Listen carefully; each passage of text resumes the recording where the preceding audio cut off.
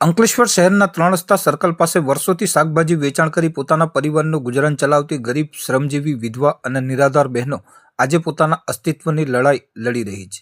આ બહેનો કોઈ ગેરકાયદેસર પ્રવૃત્તિ કરતી નથી, કોઈની મિલકત ઉપર કબજો કરતી નથી, કોઈને નુકસાન પહોંચાડતી નથી. તેઓ માત્ર પોતાના પરિવારને 2 ટંક ભોજન માટે રોજ સવારે શાકભાજી ખરીદી લાવે છે અને આખો દિવસ તડકો, વરસાદ અને ઠંડીમાં બેસીને મહેનતપૂર્વક વેચાણ કરે છે. દુઃખની બાબત એ છે કે વર્ષોથી આ સ્થળે વ્યવસાય કરતી આ બહેનો પાસેથી નગરપાલિકા દ્વારા વિવિધ પ્રકારના ટેક્સ અને ચાર્જ વસૂલવામાં આવ્યા હોવા છતાં આજે તેઓને ધંધો કરવા દેવામાં આવતો નથી. વારંવાર તેમને સ્થળ પરથી હટાવવામાં આવે છે, ધાકધમકીઓ આપવામાં આવે છે અને કેટલીક વખત તો તેમનો માલ સામાન પણ નુકસાન પામે છે. એક સવાલ પૂછવા માંગીએ છીએ કે શું ગરીબ મહિલાઓને પોતાના પરિવારનું ભરણ પોષણ કરવાનો અધિકાર નથી? શું વિધવા અને નિરાધાર બહેનોને જીવવાનો હક નથી? શું શહેરમાં ટ્રાફિકની સમસ્યાનું એકમાત્ર કારણ આ ગરીબ મહિલાઓ જ છે?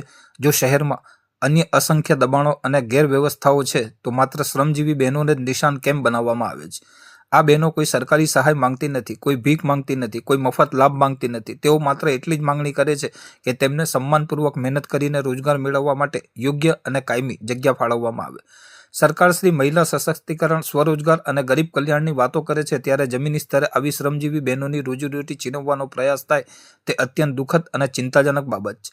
સમાજ અને તંત્રએ સમજવું જોઈએ કે આ બહેનો પાછળ માત્ર એક વ્યક્તિ નહીં પરંતુ આખો પરિવાર જોડાયેલો છે. તેમની કમાણી બંધ થાય એટલે તેમના બાળકોનું શિક્ષણ, પરિવારનું ભરણપોષણ અને જીવન નિર્વાહ જોખમમાં મુકાય છે.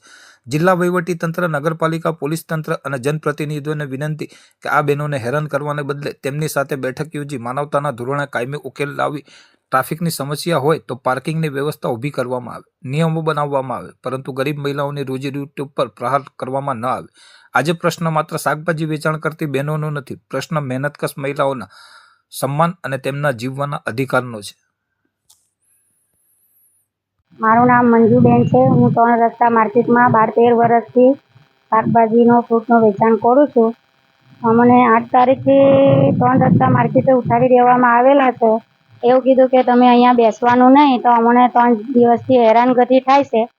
અમે ઘણી બધી બહેનો છે જો આની પર આપણે જીવન અઢળશે એટલે અમે એવું કહેવા માંગીએ કે હવે અમારું આનો શું કરવું, કંઈ નિકાલ નથી, એ લોકો બેસવા દેતા નથી. એટલે હવે કેવું છે કે આટલા બહેનો અમારા 3 દાડાથી અમે બેસેલા પણ છે, પણ હવે એને કરીએ શું એ કોઈ અમને કહેતો નથી. એ લોકો એવું કહે કે અહીંયા ઉઠી જાઓ ને એ લોકો નગરપાલિકાના માણસો આવીને છત્રી એવું બધું અમારું નાખી દે છે, બેસવા દેતા નથી અમને. 3 દિવસ થઈ ગયેલા છે એટલે અમે આ એપ્લિકેશન રજૂઆત કરવા આવેલા છે. અમારો એ લોકો નમ્ર વિનંતી છે કે અમને કંઈ બેસવા દો કે કઈ જગ્યા કરી આપો કે પછી આ માર્કેટ આખી જાય નાની રસ્તામાં લોકો ટ્રાફિકની સમસ્યા જે એ લોકોને કહીને અમને ઉઠાડે છે ત્યાં તો ટ્રાફિકની સમસ્યા તો સાહેબ દરેક જગ્યા પર છે. માર્કેટના લીધે છે, લોકો બહારથી પાર્કિંગ કરવા આવે છે તેના માટે પણ ટ્રાફિક થઈ જાય છે. અમુકને અમે કહીએ છીએ કે અહીંયા તમે પાર્કિંગ ન કરો પણ કોઈ અમારી વાત સાંભળવા રાજી નથી. હવે અમે દુકાન જોઈએ કે પછી કોઈને પાર્કિંગ કરવા એવું જોઈએ, તો અમારે એવું વિનંતી છે કે અમને કઈ જગ્યા કરો કે પછી આખી માર્કેટ ઉઠાડો કે અમને બધાને સરકાર મળે. અમે 99% આમાં લેડીઝ લોકો જે છે તે લોકોને મતલબ હસબેન્ડ નથી, એ બધા જ રંધાયેલી બૈરીઓ છે, એમના હસબેન્ડ એવા નથી, તો અમારું પણ એ જ તકલીફ છે ને હું આ કહેવું છું એટલું વિનંતી છે મારે સાહેબને, નગરપાલિકાને હોય પછી આપણા જે આ તાલુકા પંચાયતમાં, તો હું એવું કહેવા માંગુ એમને વિનંતી છે અમારી કોઈ અમારું કરો, અમારે આ વિનંતી સ્વીકાર કરો. અમે આ બધા બહેનો કઈ જઈશ જે લોકો અંદરમાં છે એ લોકોને કહે છે અમે અંદર કેવી રીતે, સાહેબ અમારી જગ્યા નથી તો અમે અંદર જઈને કેવી રીતે બેસવાના છે? અમારા અંદર જગા માટે કોઈ છે જ નથી. અમે આટલા ઘણા વર્ષથી અમે અહીંયા વેચીએ છીએ, અમારા મા બાપો અહીંયા વેચ્યા, હવે અમારે કઈ જવાનું?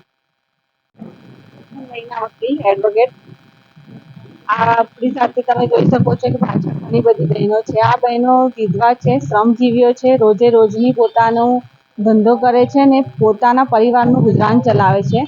આ એ બહેનો જે 3 રસ્તા શાક માર્કેટ પાસે વર્ષોથી શાકભાજીનો ધંધો કરે છે અને પોતાના પરિવારનું ગુજરાન ચલાવે છે.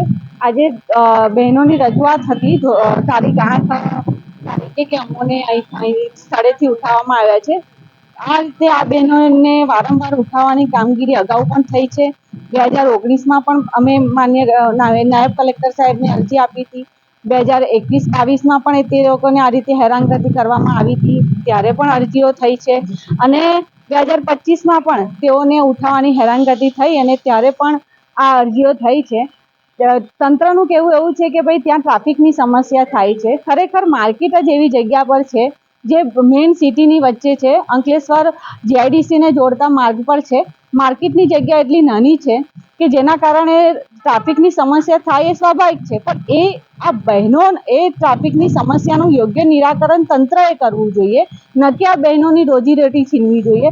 આ એવી નિરાધાર બહેનો છે, એવી શ્રમજીવી બહેનો છે જેના ચૂલા રાત્રે તેઓની રોજની રોજગારીના આધારે ચાલતા હોય છે. એ બહેનોના એના એક માત્ર વ્યક્તિથી એના ઘરનું પરિવારનું તમામ એના બાળકોનું શિક્ષણ, તેમનું બાળકોનું ભવિષ્ય જોડાયેલું છે. તો તેવી પરિસ્થિતિમાં આ બહેનો પાસે જ્યારે તંત્ર કહેવામાં એવું આવે છે કે આ બહેનો પાસે નગરપાલિકા દ્વારા રોજના ટેક્સ પણ ઉઘરાવવામાં આવે છે. આજે વર્ષોથી આ બેન ટેક્સ ભરતા આવે છે. આવા ટેક્સ ઉઘરાવ્યા છતાં પણ આ બહેનોને હેરાનગતિ કરવામાં આવે અને એવી રજૂઆત થઈ. બહેનોની ગઈકાલના વિડીયોથી એવું બતાવ્યું કે તંત્ર નગરપાલિકાના કેટલાક કર્મચારીઓ દ્વારા બહેનોની શાકભાજીના ટોપલા ઉઠાવીને ફેંકી દેવામાં આવ્યા.